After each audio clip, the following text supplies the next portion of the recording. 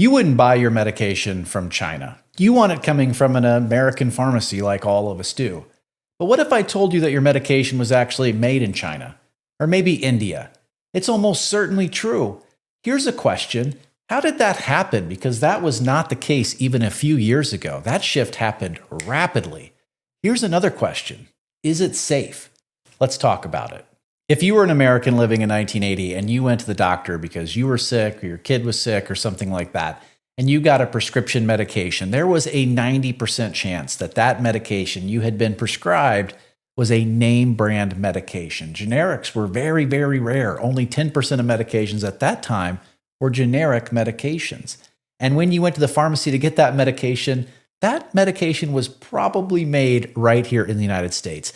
And today, that entire thing is flipped.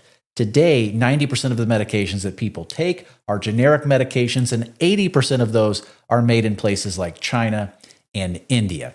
Why did that change occur? Well, I'm going to let Ronald Reagan tell you right now. Let me turn my attention to the real reason we're here this afternoon.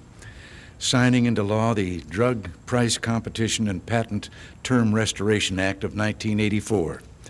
Legislation will speed up the process of federal approval of inexpensive generic versions of many brand name drugs, make the generic versions more widely available to consumers, and grant pharmaceutical firms added incentives to develop new drugs. It's called the Hatch-Waxman Act, and it came out in 1984, also known as the Drug Price Competition and Patent Term Restoration Act. And what it did was so cool. It's hard to imagine why this wasn't just the way to begin with, but essentially, back before 1984, if you wanted to create a generic version of a drug that had went off patent, you had to go through all the same clinical trials that the drug company went through initially. So imagine it's a brand new molecule, like Viagra, and you have to prove that Viagra treats impotence. You also have to prove that it's safe. You have to go through hundreds of millions of dollars, probably, worth of clinical trials to prove that that's true. The government wanted you to do that same thing if you just came out with a generic equivalent of it, which makes virtually no sense at all. So what this Hatch-Waxman Act did was say all you really have to prove is that you are creating sildenafil. You are actually creating the molecule in Viagra that is no longer on patent. It made things much simpler and cheaper for generics to come on the market. So that explains how generics went from 10% of the market to 90% of the market, because it just became easier to create generics due to that legislation in 1984. But it doesn't explain how the manufacturing moved primarily to China, India, and places like that. Well, the answer to that comes with the World Trade Organization. But first, I want to let you know just how inexpensive drugs are. And to do that, we're going to take a little trip to Walmart. So here we are at Walmart, and you can see that ibuprofen, and that is 500 tablets, is $7.98. That's only 1.6 cents. $7.98. So now here we are in the grocery aisle, and you can get a sense of how expensive food is compared to a lot of, like, this is $5 here for some cereal. It's remarkable. Look over here. These energy bars, Great Value energy bars, are $14 for 15 bars. When you compare that to medication that was made in China, it is just remarkable.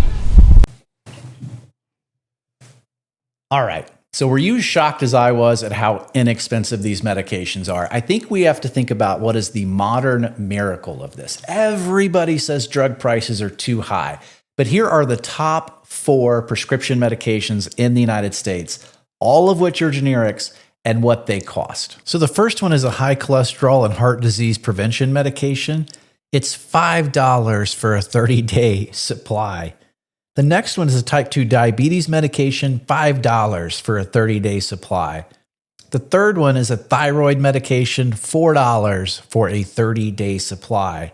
And the fourth one is a blood pressure medication, which is also $5 for a 30-day supply. So with medication costing that little, we really have to dive into the fascinating miracle that this is. These medications, these active pharmaceutical ingredients, are made in places like China, in extremely sophisticated factories with highly skilled workers.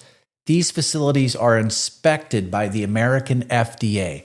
They have to keep logs and samples. It is highly, highly complex. This is not like making socks in a sweatshop. That active pharmaceutical ingredient is then shipped by ship somewhere like India or Turkey, where it's put into capsules or tablets. Why? Because that is also deeply, deeply technical work that not just everyone can do. They specialize in the API, active pharmaceutical ingredients, in China oftentimes, and specialize in turning that into a pill or capsule in some place like India, because that is just as technical. It's not just pressing it into tablets. You have to make sure that it's formulated correctly, that it's going to absorb properly, that you're not deactivating the active ingredient when you press it into those tablets and things like that. And then it's shipped to the United States.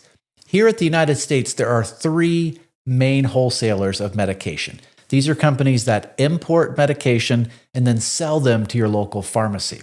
So let's think about this again, because I really want to drive this home because this blows my mind. These medications, these active pharmaceutical ingredients, are made in China. They're then shipped to another country most of the time. There, they're turned into the actual form of the medication that you're going to take.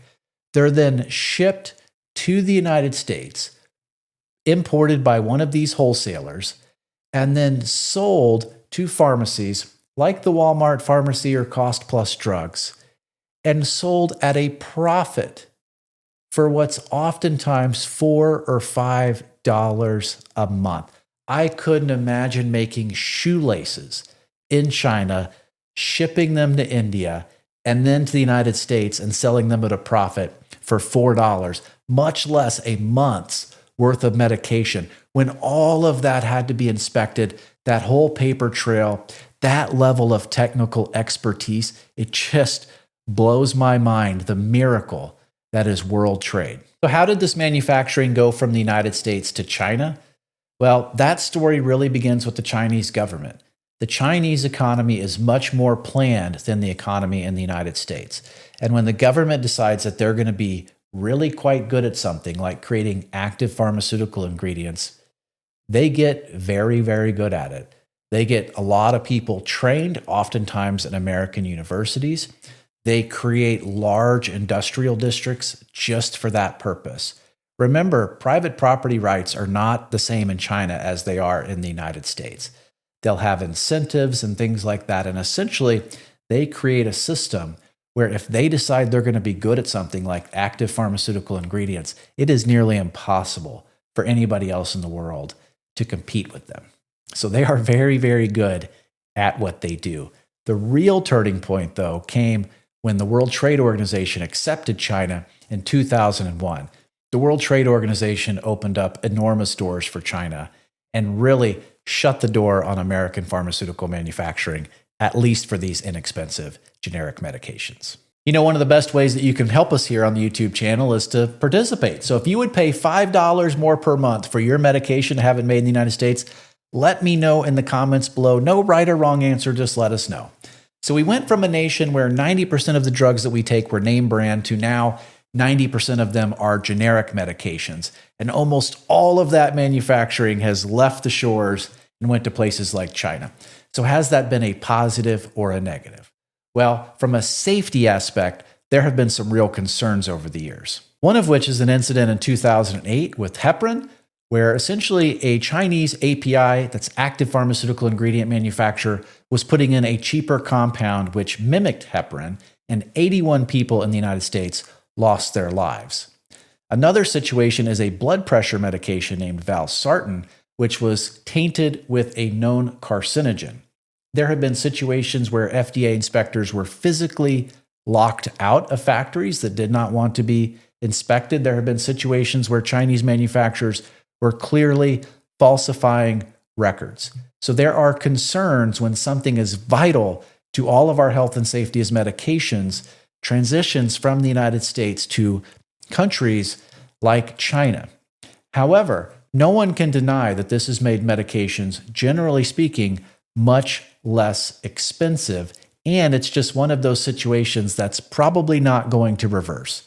I don't foresee a situation where the average American wants their $5 a month prescription going to $35 a month so it can be made in Akron, Ohio, as opposed to China. Well, thank you so much, everybody. I hope that you learned something. My name is Robert from Shameless Care, and we'll talk soon.